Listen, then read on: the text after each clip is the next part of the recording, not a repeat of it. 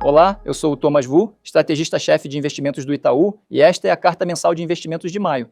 Dizem que mercados têm déficit de atenção. Talvez seja mais preciso dizer que eles têm pouca paciência para riscos que param de produzir fatos novos. O que deixa de piorar, muitas vezes, deixa de fazer preço. E foi isso que vimos em abril. A performance dos ativos de risco foi a melhor evidência disso. Em um mês em que o conflito no Oriente Médio seguiu sem solução definitiva, o comportamento das bolsas e de outros ativos de risco sugeriu que a pior parte do choque havia ficado para trás. Medidos em excesso de retorno, ações de crescimento nos Estados Unidos entregaram 15,4% em abril, ações emergentes 14,4%, cripto 12,1%, o S&P 500 10,2%, ações globais 9,9%, bolsas desenvolvidas da Ásia 7,8% e ações europeias 6,8%. No Brasil, a fotografia do fechamento mensal esconde o caminho. O Ibovespa terminou abril praticamente de lado, mas chegou a renovar máxima histórica na primeira metade do mês. A devolução posterior teve muito mais a ver com fatores locais do que com qualquer deterioração ligada ao conflito no Irã. Essa reação conversa diretamente com a carta anterior.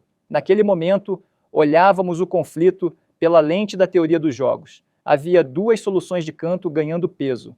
De um lado, Trump poderia insistir em buscar uma vitória incontestável, caminho preferido por seus aliados no Golfo e pela ala mais intervencionista em Washington. De outro, poderia priorizar os custos econômicos e políticos domésticos de uma escalada mais ampla, sobretudo se ela levasse o petróleo a níveis extremos. Abril não resolveu o conflito, mas indicou qual desses caminhos os mercados passaram a enxergar como mais provável. A escolha, que por ora parece ser ganhar tempo, se conecta diretamente com a segunda solução de canto. Ao renovar cessar-fogos, Trump evita que o mercado passe a precificar petróleo em patamares muito mais extremos e, ao mesmo tempo, abre espaço para construir uma narrativa mais sólida de que seus objetivos foram atingidos. O conflito segue sem uma solução definitiva, mas vai ficando menos central para os preços. À medida que o mercado presta cada vez menos atenção ao tema, o custo de uma saída pela narrativa parece diminuir, ou no mínimo, diminui seu custo financeiro, dado que o S&P voltou a subir. Do ponto de vista de Trump, hoje, a melhor jogada parece ser adiar a jogada.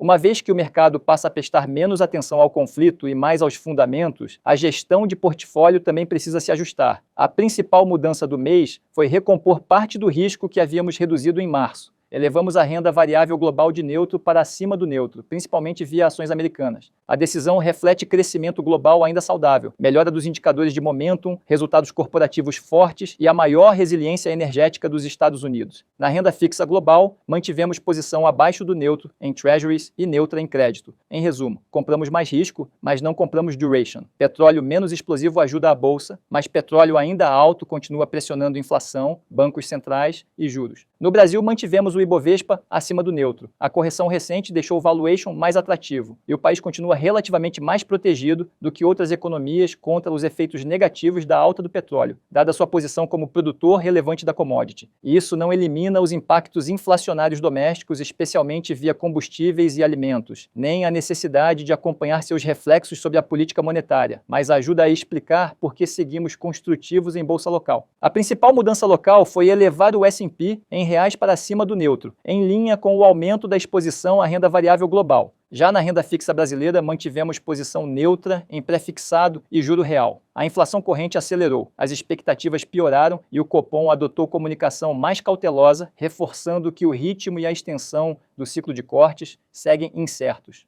Por outro lado, a curva de juros já incorporou parte importante desse cenário mais adverso, embutindo um ciclo de flexibilização mais lento e prêmio de risco mais elevado. Por isso, vemos a relação risco-retorno em juros locais mais equilibrada do que direcional neste momento. Confira todos os detalhes das nossas posições na nossa carta mensal de investimentos completa.